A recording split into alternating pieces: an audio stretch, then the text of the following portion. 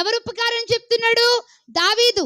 నేనే నిన్ను చంపడానికి వచ్చాను, నేను నీకు అపకారం చేశాను, నేను నీకు కీడు తలపెట్టాను, కానీ నువ్వైతే నాకేం చేయలేదు, కీడు తలపెట్టల. నువ్వైతే నాకేం చేయలేదు, అపకారం చేయలా.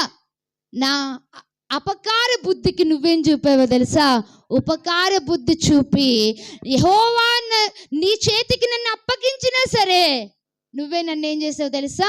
నీ ఉపకార బుద్ధిని చూపి నన్ను రక్షించవు దావీదు.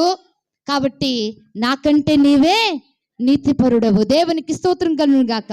హల్లెలూయా. ఏం చేశాడు దావీదు? ఏం కలిగి ఉన్నాడు? ఉపకారాన్ని కలిగి ఉన్నాడు. నేను ఒకటే చెప్తాను, నువ్వు ఉపకారం చేయకపోయినా పర్వాలేదు, కానీ ఎవరికి అపకారం తలపెట్టుకో. ఒకరు నాశనం అయిపోవాలని కోరుకోకు, ఒకరు బాగోకూడదని తలంచుకో,